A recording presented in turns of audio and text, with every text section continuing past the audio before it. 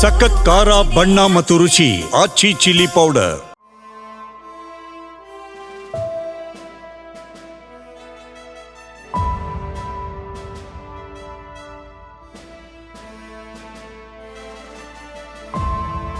ಹಿಂದೂ ಧರ್ಮದ ಮೊದಲ ಮಹಿಳೆಯಾರು? ಸೃಷ್ಟಿಕರ್ತ ಬ್ರಹ್ಮ ಜಗತ್ತನ್ನ ಸೃಷ್ಟಿ ಮಾಡಿದಾಗ ಮೊದಲು ಓರ್ವ ಪುರುಷ ಹಾಗೂ ಓರ್ವ ಸ್ತ್ರೀಯನ್ನ ಸೃಷ್ಟಿ ಮಾಡಿದನಂತೆ. ಆಕೆ ಯಾರು ಅನ್ನೋದಕ್ಕೆ ಉತ್ತರ ಇಲ್ಲಿದೆ. ಮನುಸ್ಮೃತಿ ಮತ್ತು ಪುರಾಣಗಳ ಪ್ರಕಾರ ವಿಶ್ವವು ಅವ್ಯವಸ್ಥೆಯಿಂದ ಹೊರಹೊಮ್ಮಿದಾಗ ಸೃಷ್ಟಿಕರ್ತನಾದ ಭಗವಾನ್ ಬ್ರಹ್ಮನು ಜಗತ್ತನ್ನ ಜೀವಿಗಳಿಂದ ತುಂಬಿಸಲು ಬಯಸಿದನು. ತನ್ನ ಮನಸ್ಸಿನಿಂದ ಅವನು ಮೊದಲ ಪುರುಷ ಹಾಗೂ ಮೊದಲ ಮಹಿಳೆಯನ್ನ ಸೃಷ್ಟಿಸಿದನಂತೆ. ಆಕೆಯೇ ಹಿಂದೂ ಧರ್ಮದ ಮೊದಲ ಮಹಿಳೆ ಅಂತ ಹೇಳಲಾಗುತ್ತೆ. ಮೊದಲ ಮಹಿಳೆ ಹಾಗೂ ಪುರುಷ ಯಾರು? ಅಂದಹಾಗೆ ಬ್ರಹ್ಮ ಸೃಷ್ಟಿಸಿದ ಮೊದಲ ಪುರುಷ ಮನು ಮತ್ತು ಮೊದಲ ಮಹಿಳೆ ಶತರೂಪ. ಅವಳ ಹೆಸರಿನ ಅರ್ಥ 100 ರೂಪಗಳನ್ನ ಹೊಂದಿರುವವಳು. ಇದು ಸೃಷ್ಟಿಯ ಅನಂತ ಸಾಮರ್ಥ್ಯವನ್ನ ಸಂಕೇತಿಸುತ್ತೆ.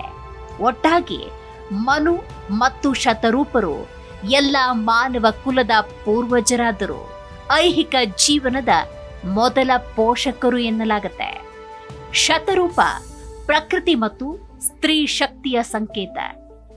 ಶತರೂಪ ಸೃಷ್ಟಿ ಕೇವಲ ಜೈವಿಕವಲ್ಲ, ಅದು ಆಧ್ಯಾತ್ಮಿಕ ಮತ್ತು ವಿಶ್ವಾತ್ಮಕವಾಗಿತ್ತು. ಅವಳು ಪ್ರಕೃತಿಯನ್ನ ಪ್ರತಿನಿಧಿಸ್ತಾಳೆ, ಆದರೆ ಬ್ರಹ್ಮ ಪುರುಷನನ್ನ ಸಂಕೇತಿಸ್ತಾನೆ. ಅವರ ಒಕ್ಕೂಟವು ಶಕ್ತಿ ಮತ್ತು ಪ್ರಜ್ಞೆಯ ಪರಸ್ಪರ ಅವಲಂಬನೆಯನ್ನ ಪ್ರತಿಬಿಂಬಿಸುತ್ತೆ. ಈ ಎರಡು ವಿಶ್ವ ತತ್ವಗಳು ಒಂದಾದಾಗ ಮಾತ್ರ ಜೀವನ ಅಸ್ತಿತ್ವದಲ್ಲಿರುತ್ತೆ. ಹಿಂದೂ ತತ್ವಶಾಸ್ತ್ರದಲ್ಲಿ ಶತರೂಪ ಶಕ್ತಿಯ ಸಾಕಾರವಾಗಿ ನಿಲ್ಲುತ್ತೆ. ಇದು ಪುರುಷ ಸೃಷ್ಟಿಯನ್ನ ಸ್ತ್ರೀ ಫಲವತ್ತತೆಯೊಂದಿಗೆ ಸಮತೋಲನಗೊಳಿಸುವ ಜೀವ ನೀಡುವ ಶಕ್ತಿಯಾಗಿದೆ. ಶಿವಪುರಾಣ ಮತ್ತು ಬ್ರಹ್ಮ ವೈವರ್ತ ಪುರಾಣದಲ್ಲಿ ಕಂಡುಬರುವ ಹೆಚ್ಚು ವಿವಾದಾತ್ಮಕ ವ್ಯಾಖ್ಯಾನಗಳಲ್ಲಿ ಒಂದಾದ ಶತರೂಪ ಹೊರಹೊಮ್ಮಿದಾಗ ಅವಳ ಸೌಂದರ್ಯ ಬ್ರಹ್ಮನನ್ನೇ ಆಕರ್ಷಿಸಿತು ಎಂದು ಹೇಳಲಾಗುತ್ತೆ. ಅವಳು ಬೇರೆ ಬೇರೆ ದಿಕ್ಕುಗಳಲ್ಲಿ ಚಲಿಸುತ್ತಿದ್ದಂತೆ ಬ್ರಹ್ಮ ಹೆಚ್ಚು ಮೋಹಗೊಂಡನು. ಅವಳನ್ನ ನೋಡಲು 4 ತಲೆಗಳು ಮೊಳಕೆಯೊಡೆದುವು ಮತ್ತು ಅಂತಿಮವಾಗಿ ಅವಳು ಆಕಾಶಕ್ಕೆ ಚಲಿಸಿದಾಗ 5ನೇ ತಲೆ ಹುಟ್ಟಿತು ಅಂತ ಹೇಳಲಾಗುತ್ತೆ. ಈ ಘಟನೆಯು ದೈವತ್ವದೊಳಗೆ ಬಯಕೆಯ ಹುಟ್ಟನ್ನ ಸಂಕೇತಿಸುತ್ತೆ. ಈ ಅಸಮತೋಲನವನ್ನ ನೋಡಿದ ಶಿವ ಬ್ರಹ್ಮನ 5ನೇ ತಲೆಯನ್ನ ಕತ್ತರಿಸಿದ.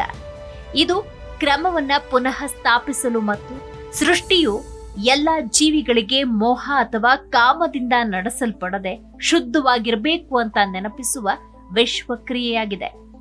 ಈ ಪ್ರಸಂಗದ ನಂತರ ಶತರೂಪ ಮನುವಿನೊಂದಿಗೆ ಒಂದಾಗಿ ಮತ್ತು ಅವರು ಒಟ್ಟಾಗಿ ಭೂಮಿಯಲ್ಲಿ ಜನಸಂಖ್ಯೆ ಹೆಚ್ಚಿಸುವ ಕಾರ್ಯವನ್ನ ಮುಂದುವರೆಸಿದ್ರು. ಅವರ ಮಕ್ಕಳು ಮಾನವ ಕುಲದ ಪೂರ್ವಜರಾದರು. ಕುಟುಂಬ, ಸಮಾಜ, ಮಾನವ ಜೀವನದಲ್ಲಿ ಧರ್ಮದ ತತ್ವವನ್ನ ಸ್ಥಾಪಿಸಿದ್ರು ಅಂತ ಹೇಳಲಾಗುತ್ತೆ. ಹೀಗಾಗಿ ಶತರೂಪ ಕಥೆಯು ಪಾಪ ಅಥವಾ ಪ್ರಲೋಭನೆಯ ಕಥೆಯಲ್ಲ, ಆದರೆ ಸಮತೋಲನ, ಸೃಷ್ಟಿ ಮತ್ತು ಜಗತ್ತನ್ನ ಉಳಿಸಿಕೊಳ್ಳುವ ಪವಿತ್ರ ಸ್ತ್ರೀ ಶಕ್ತಿಯ ಕಥೆಯಾಗಿದೆ. ಶತರೂಪ ಅಂದ್ರೆ ಪ್ರಕೃತಿಯ ಅನಂತ ರೂಪ, ಸೃಷ್ಟಿ ಮತ್ತು ನಿಯಂತ್ರಣದ ನಡುವಿನ ಸಮತೋಲನ. ದೈವಿಕ ಶಕ್ತಿಯು ಸಹ ಧರ್ಮದ ನಿಯಮಗಳನ್ನ ಗೌರವಿಸಬೇಕು ಅನ್ನೋ ಪಾಠ. ಅವಳ ಮೂಲಕ ಹಿಂದೂ ಧರ್ಮ ಬುದ್ಧಿವಂತಿಕೆಯಿಂದ ಮಾರ್ಗದರ್ಶಿಸಲ್ಪಟ್ಟಾಗ ಮಾತ್ರ ಸೃಷ್ಟಿ ಪವಿತ್ರವಾಗಿದೆ ಮತ್ತು ಸ್ತ್ರೀ ತತ್ವ ಬ್ರಹ್ಮಾಂಡದ ಸಾಮರಸ್ಯಕ್ಕೆ ಅತ್ಯಗತ್ಯ ಅಂತ ತಿಳಿಯುತ್ತೆ. ಶತರೂಪಳ ಹೆಸರು ಸೀತೆ ಅಥವಾ ಪಾರ್ವತಿಯಷ್ಟು ಹೆಚ್ಚಾಗಿ ಕಂಡು ಬರದಿರಬಹುದು, ಆದರೆ ಹಿಂದೂ ಚಿಂತನೆಯಲ್ಲಿ ಅವಳು ಎಲ್ಲ ಸೃಷ್ಟಿಯ ಮೂಲ. ಅವಳ ಕಥೆಯು ಸ್ತ್ರೀ ಶಕ್ತಿಯು ಗೌಣವಲ್ಲ, ಆದರೆ ಕೇಂದ್ರವಾಗಿದೆ. ಜಗತ್ತು ತೆರೆದುಕೊಳ್ಳುವ ಗರ್ಭ ಎಂದು ಕಲಿಸುತ್ತೆ.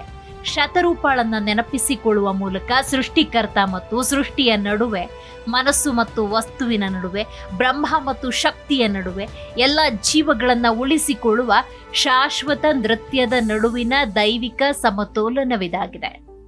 ಹಿಂದೂ ಧರ್ಮದ ಪುರಾಣಗಳಲ್ಲಿ ಶತರೂಪ ಅನ್ನೋ ಮಹಿಳೆ ಅತ್ಯಂತ ಮಹತ್ವದ ಪಾತ್ರಧಾರಿಯಾಗಿದ್ದಾಳೆ. ಇವಳು ಮಾನವ ಜಾತಿಯ ಮೊದಲ ಮಹಿಳೆ, ಪ್ರಥಮ ಸ್ತ್ರೀ ಅಂತ ಪರಿಗಣಿತಳಾಗಿದ್ದಾಳೆ.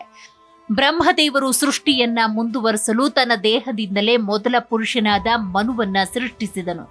ಆನಂತರ ಬ್ರಹ್ಮನೇ ತನ್ನ ದೇಹದ ಎಡಭಾಗದಿಂದ ಅತ್ಯಂತ ಸುಂದರಳಾದ ಒಬ್ಬಳನ್ನ ಸೃಷ್ಟಿಸಿದನು. ಆಕೆಯೇ ಶತರೂಪ.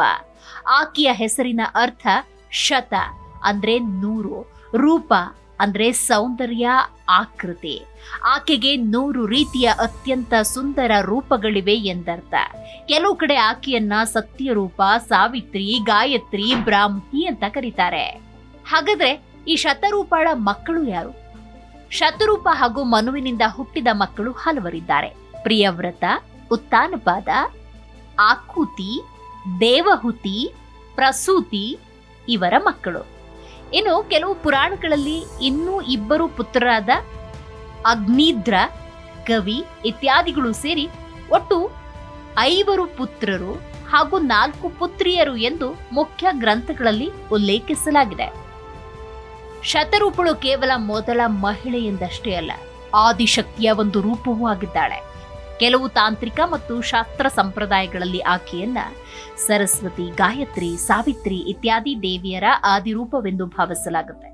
ಮಾನವ ಜಾತಿಯ ಆದಿಮಾತೆ, ಸ್ವಯಂಭುವ ಮನುವಿನ ಪತ್ನಿ, ಬ್ರಹ್ಮದೇವನ ಸೃಷ್ಟಿಯಾದ ಅತ್ಯಂತ ಸುಂದರ ಮೊದಲ ಸ್ತ್ರೀ ಹಾಗೂ ಹಿಂದೂ ಧರ್ಮದ ಮೊದಲ ಮಹಿಳೆ ಶತರೂಪಳು.